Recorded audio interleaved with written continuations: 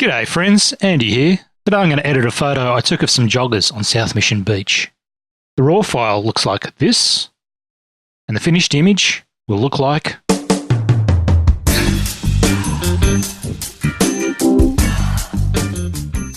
Okay, when I was taking this photo, I was on the beach and I was taking a photo of the boat in front of the sun. And looking to my left, I saw two joggers jogging my way, and I thought they'd be great to add into the shot.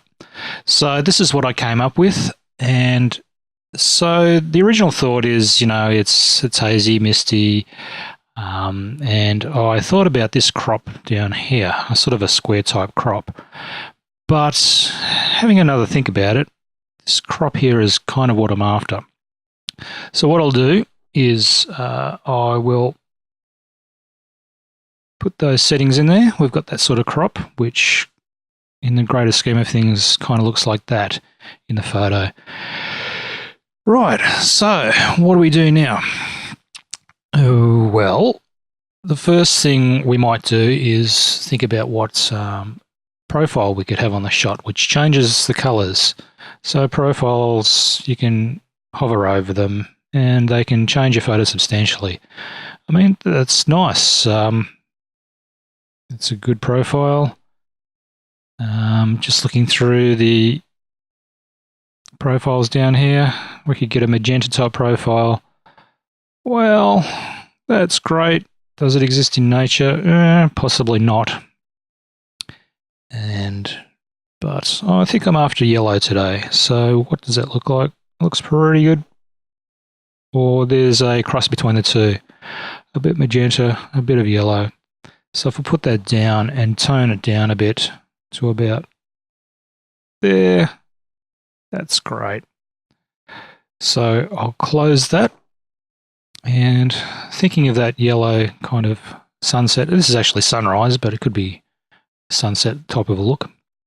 I want it to be a bit more yellow, so to do that, I could pull my color temperature up to about, let's say 6500. How does that look?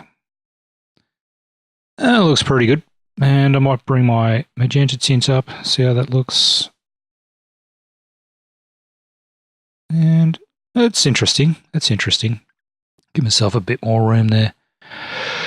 So that's an interesting look. Now the exposure. Interesting. These women here are not exactly silhouettes. Do I want them to be silhouettes is the question. Yes, maybe no. I'll have a look at the exposure and I'll bring it up a tad. Well, we'll start from there because I suspect that I'm going to add some contrast and bring down the highlights in this one because that's way too much. So if I bring down the highlights all that way, like I said, Lightroom, all that way. Now we're getting into the ballpark. Now with the shadows, if I want to make them silhouettes, I could bring down the blacks or the shadows.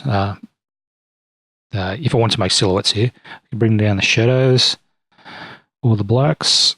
I like what that does, and I'll just compare and contrast. I like what that does to the rest of the shot, so I'll bring it down there. And I'll try my whites. Do I have a white point? Of course I have a white point. That sun is a massive white point. And a black point. Okay. I already do. On the legs there. Well, black point as in I'm crushing the yellows there. Okay, so if I do it before with the back space bar and an after, have I added to it? Yes, I can see some golden, yellowy, magenta, and the women are more silhouette. I wouldn't say they're 100% silhouettes, but I kind of look where we're going with this. So what else can we do with this one? Now, because it's such a big crop, I can see that it's not exactly sharp. So I don't usually add too much sharpening above and beyond that standard 25. But if I crank it up to there, does that add anything? It adds some noise, I can see that, but it also makes it a little sharper. I'll bring it back down again. I'm looking at the boat now. Boat not sharp. Add the sharpening, we've got some noise. What if I brought in some noise reduction? Noise reduction makes images softer, so you've got to use this sparingly. Maybe a bit of that one, the luminance, which is done a fair bit. What about the colour as well? Colour noise reduction. Has that done much? It's done a bit. I don't mind that, because if we have a look at what we had before we started doing the sharpening and the noise reduction, what does it look like?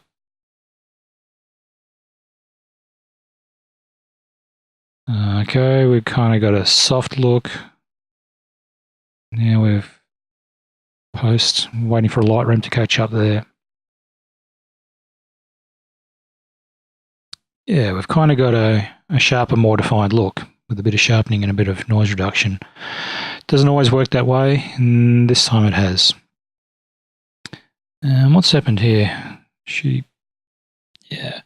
So the thing about this shot, I was actually focusing on the boat there, and it was an afterthought that they ran in. They're sharp enough for this photo, but I think I was actually focused on the boat. 3.5, so one will be in focus and not the other. Anyway, we'll take that out of the way. And one other thing that we'll do to create a bit more drama is post-crop vignetting. Bit of drama, a bit more focus on our subjects there. How does that look?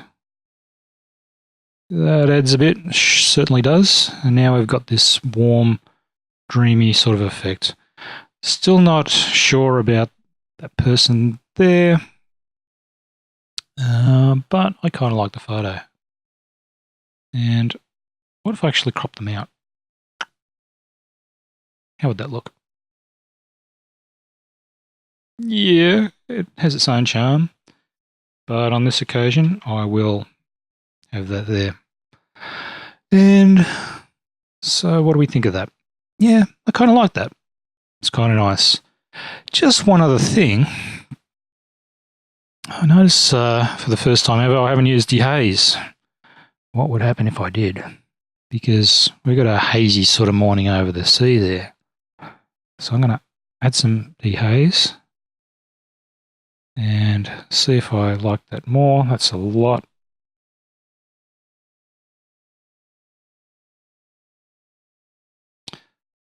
It's interesting. Seems to have created a halo around my subjects. Seems to have defined them more though, hasn't it? So I am going to check to see if I like that better.